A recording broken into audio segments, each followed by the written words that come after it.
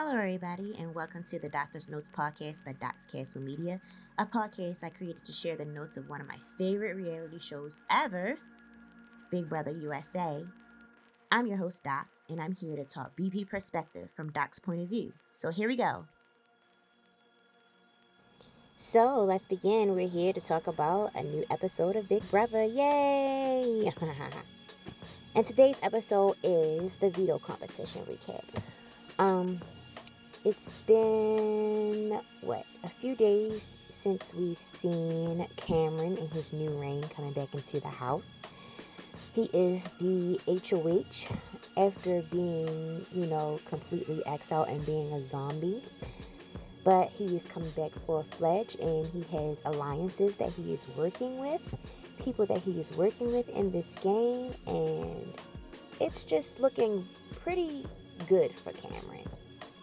It's not looking pretty good for anyone else, honestly. Like everybody else that's running in the household right now, it's not looking pretty too good for, especially those that Cameron put on the block. So we left the last episode with Cameron putting Felicia and Mecole on the block. And it is their duty in this episode to try to fight for their way to be out.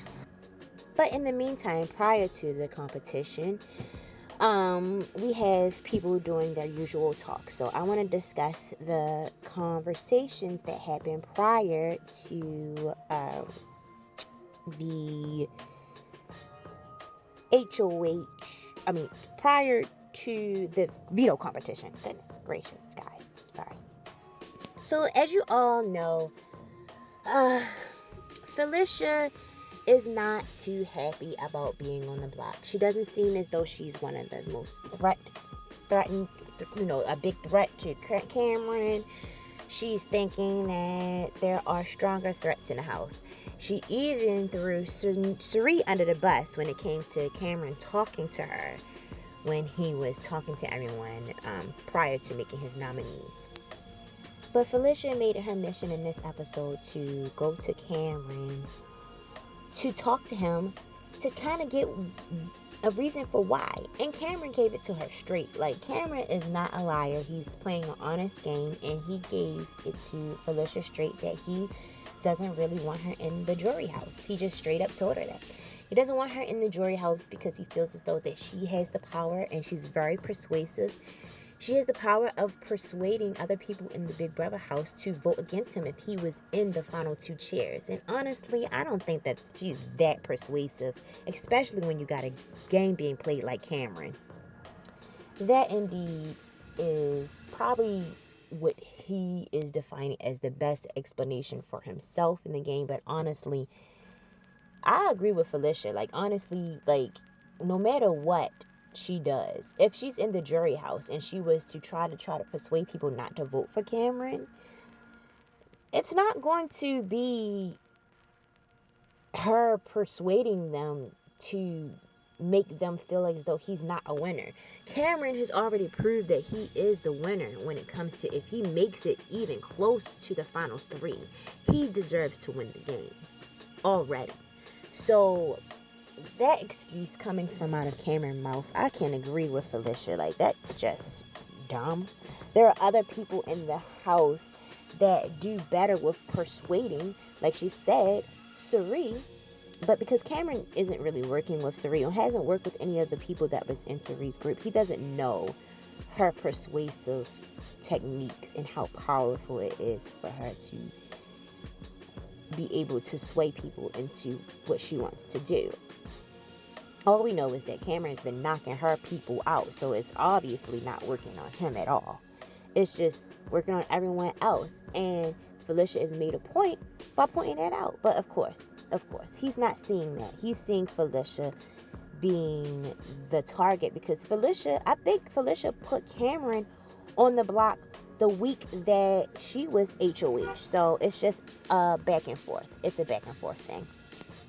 But even while in this episode, she is trying to vouch and throw Suri under the bus, she's also trying to throw Corey under the bus. She goes to Cameron to try to put the target on Corey because he's going around the house telling people that Felicia and Mecole came to him in America to make an alliance, which was not really what happened. The truth was, it was the other way around. It was actually Corey and America came to Felicia and Mecole to try to make an alliance. And Matt saw that, but because of his alliance that Corey has with Matt and Jag, of course, those people are going to try to believe him.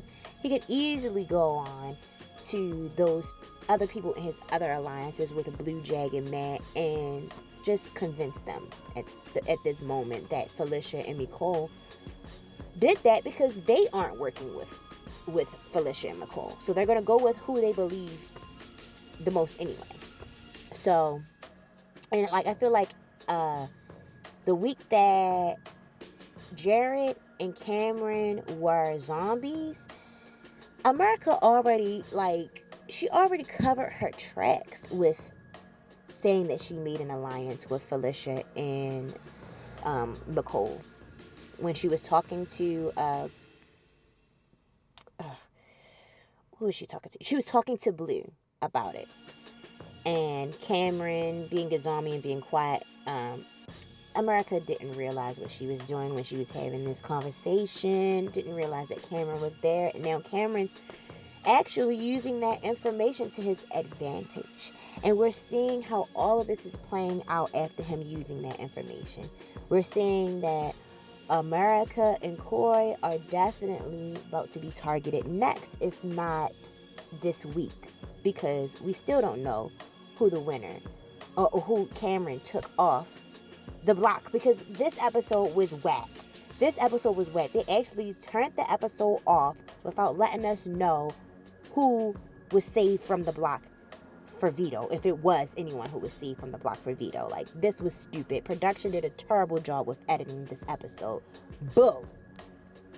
Blue is also wanting to make Corey a target as well.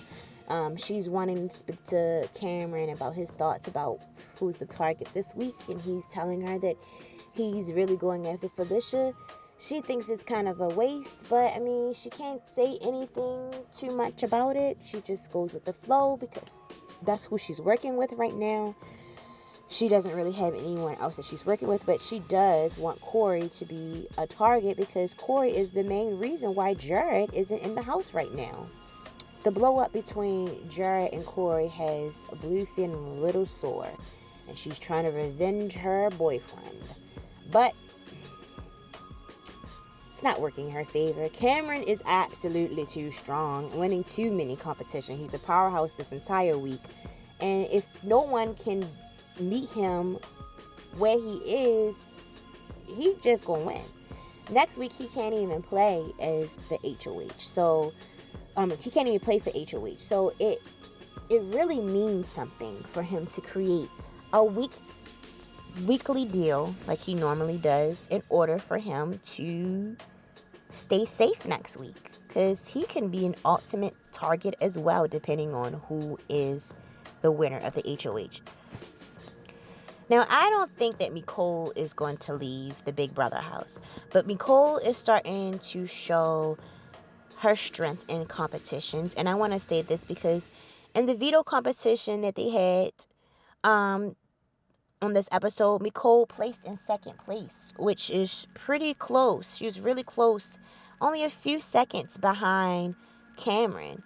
She is showing that she is able to really stand her ground in competitions, and it's getting close to the point where she might actually win a HOH. So if Mecole was to win HOH, that becomes a danger to Cameron, because Mecole is on the block because of Cameron. She could easily go after Cameron next week if she stays. But she hasn't won anything, and people are doubting her ability to win. But I am seeing her getting close to these competitions. So let's talk about the veto competition anyway. Basically, it was a game, the usual game where they have players play in the dark. They go in this dark room and they gotta pay attention to clues that they find on the wall or that they hear.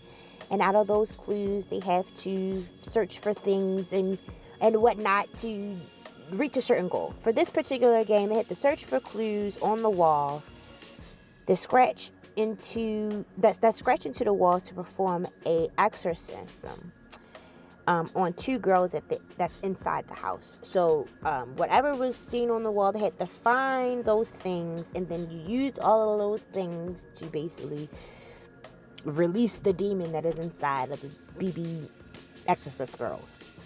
And whoever does it in the fastest time, because everybody gets a chance to do this, whoever does it in the fastest time is the one that wins the power of veto. So let me go ahead and explain the order that matters. We have in third place was Blue. Blue did a good job in competing. So Blue is another person that can possibly win an HOH soon. We're dwindling down to figuring out who could be actual physical threats because the game has eliminated other people. So now we're seeing that Blue is becoming a good competitor.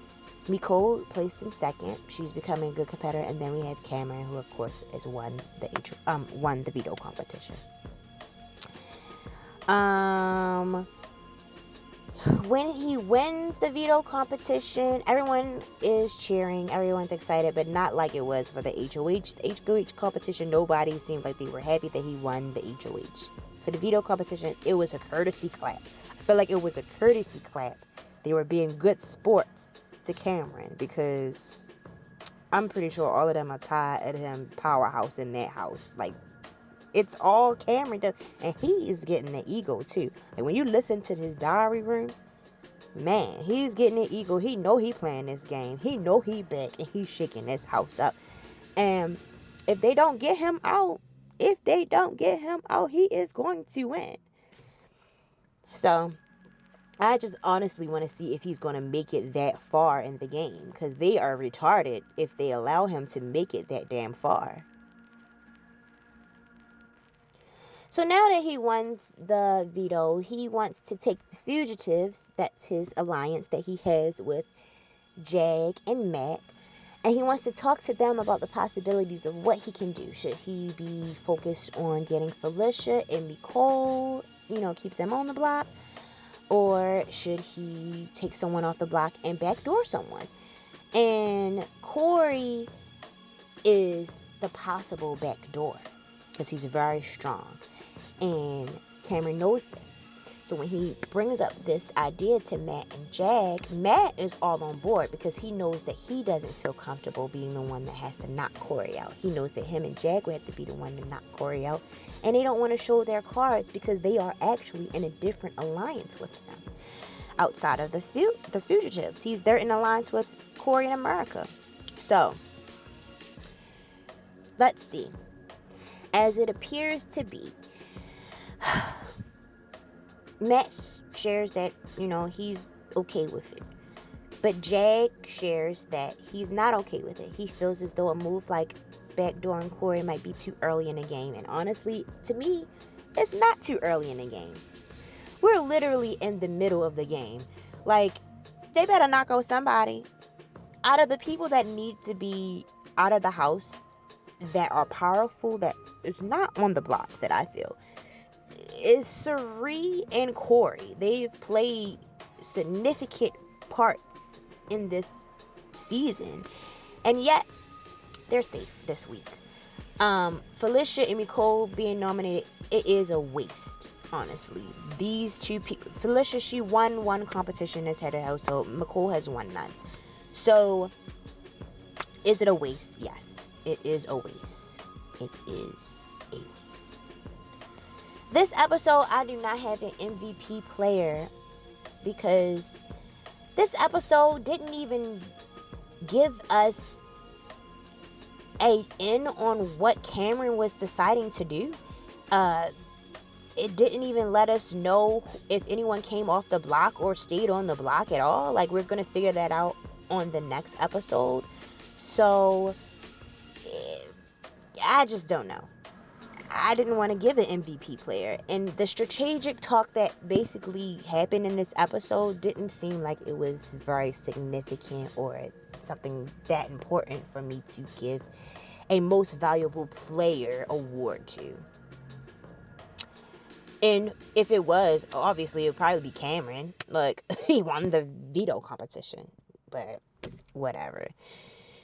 No one's really making major game moves in this episode. And this episode made it seem a little dry. This week has been a little dry. Cameron's week is a little dry to watch.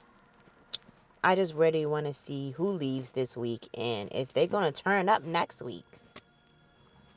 The only important alliances to mention in this episode is literally the fugitives, because Cameron is powerhousing with Jake and Matt, and they're like, I guess they're just, that would be like the major alliance right now that is kind of in control of the house at the moment because of Cameron.